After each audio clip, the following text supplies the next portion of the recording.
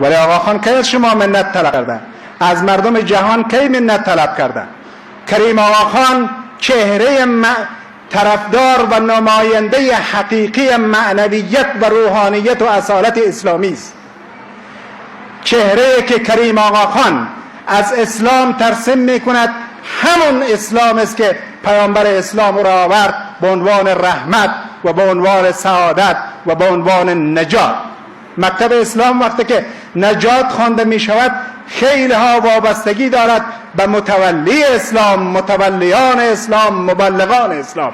اسلامی که کریم آقا خان از آن تبلیغ می کند و در جهان ترسیم کرده است اسلام دارای معنویت هست، دارای روحانیت هست و دارای نجات هست. اسلام خدمت هست. کریم آقا خان برای تمام ابنای بشر، برای بشر مستضعف، برای بشر فقیر و بیچاره و درمانده خدمت کرده است و این خواسته اصلی و حقیقی اسلام و از لازمه مسلمانی هست.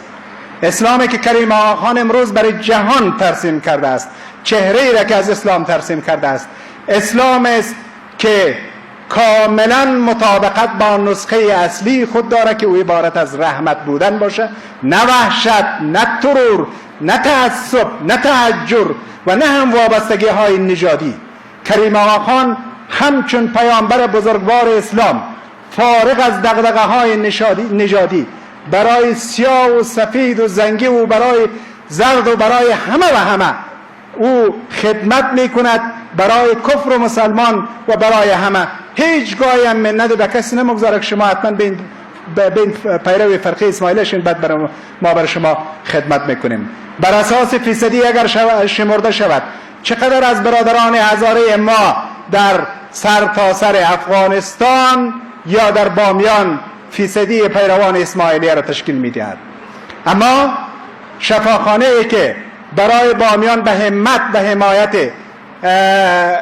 کریم آقا خان ساخته شده است برای کل بامیان است، اما هیچگاه از شما منتم طلب نکرد.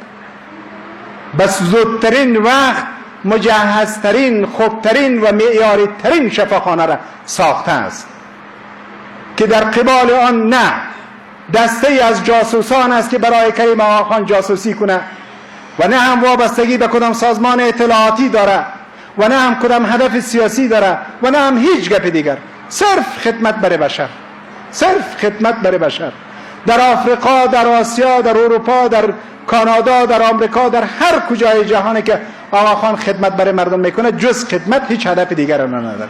آیا این اسلام سازگار با نسخه اولیه خود هست یا اسلام تعصب یا اسلام نژادگرا یا اسلام فضیلت‌های موهومی که فضیلت‌های موهومی را برای خود بتراشد و بخواهد و از دیگران هم تمکین طلب کند؟ و کریم آقا خان افتخار جهان اسلام و افتخار برای تمام بشر بر اساس عملش هست. در اسلام هم عمل معیار هست، جز عمل هیچ چیز دیگر معیار شده نمیتواند. اساسی ترین معیار که در جهان اسلام و در متون اسلامی و در مقدس ترین متن اسلامی قرآن شریف که عمل باشد، بر اساس عمل اگر بسنجیم هم نماینده واقعی اسلام راستین طرز تفکر اسلام آقا خان شمرده می شود و هم صادق ترین انسان است که در عمل اسلام خدمت و محبت و مودت و رأفت را به نمایش گذاشته است.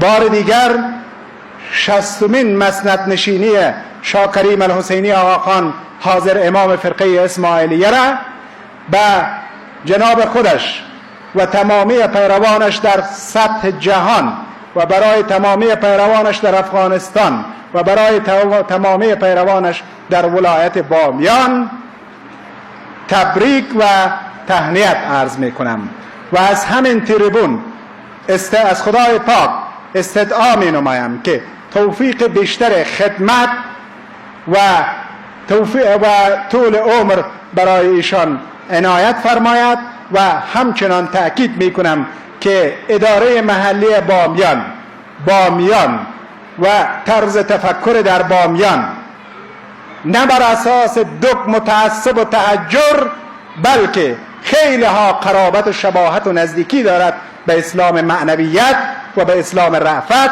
و به اسلام باز و به اسلامی که همه در آن خود را راحت احساس کند.